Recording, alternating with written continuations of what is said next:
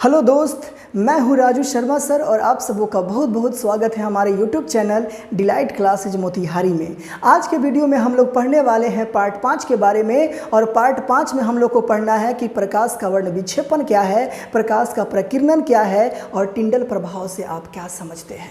तो हाँ जी, बिना देर किए हुए हम लोग फटाक से चलते हैं अपने टॉपिक पे कि प्रकाश का वर्ण विक्षेपण क्या है। आपके बोर्ड के एग्जाम में यह सवाल हमेशा पूछता रहता है कि प्रकाश के वर्ण विक्षेपण से आप क्या समझते हैं। तो मैं बता दूं कि श्वेत प्रकाश या सूर्य का प्रकाश जब किसी प्रिज्म से होकर गुजरता है तो सूर्य में रहने वाले जो 7 रंग होते हैं वो अलग अलग भागों में विभक्त हो जाते हैं। तो विभक्त होने की घटना ही प्रकाश का वर्ण विक्षेपण कहलाता है। नहीं समझ में आया? चलिए मैं आपको यहाँ समझाता हूँ।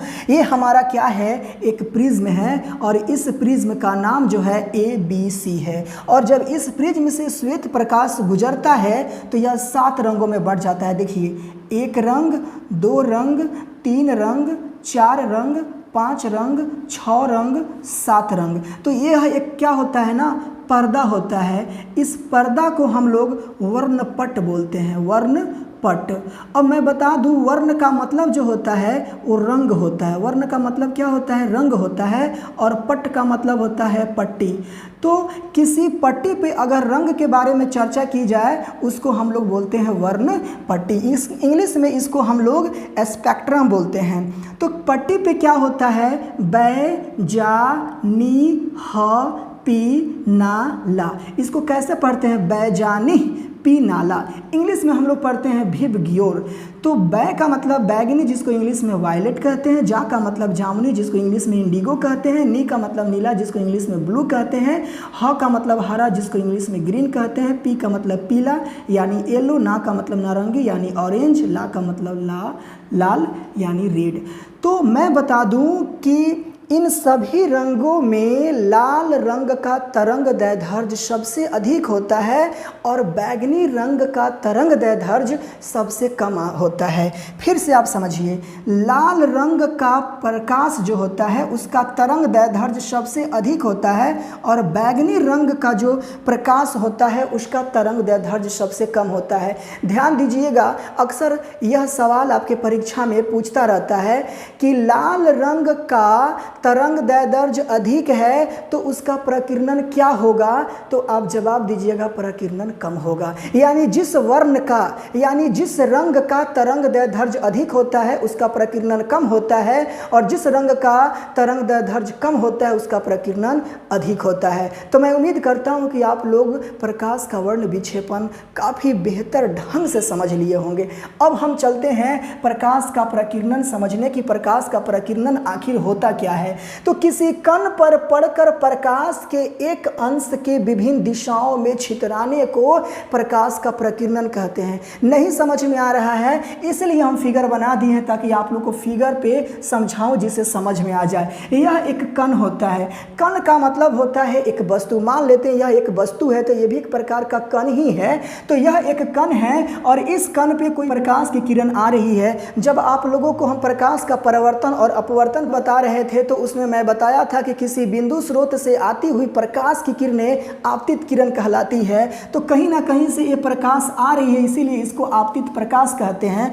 तो जब यह प्रकाश किसी कण पे पड़ता है तो प्रकाश का शेष भाग निकल जाता है और कुछ भाग जो है छितरा जाता है। यही घटना प्रकाश का प्रकीर्णन कहलाता है। मैं उम्मीद करता हूं कि ये भी टॉपिक आप लोग अच्छा से समझ लिए होंगे। एक चीज और देखिए, टिंडल प्रभाव क्या है। तो किसी कोलाइडीय विलयन में निलंबित कणों से प्रकाश के प्रकीर्णन को टिंडल प्रभाव कहते हैं। कैसे? तो एक बीकर लेंगे और इस बीकर में पानी और दूध लेंगे और जब हम टॉर्च को जलाएंगे तो टॉर्च के नज़दीक वाला जो हिस्सा होगा वो नीला होगा और जो दूर वाला हिस्सा होगा वो लाल होगा।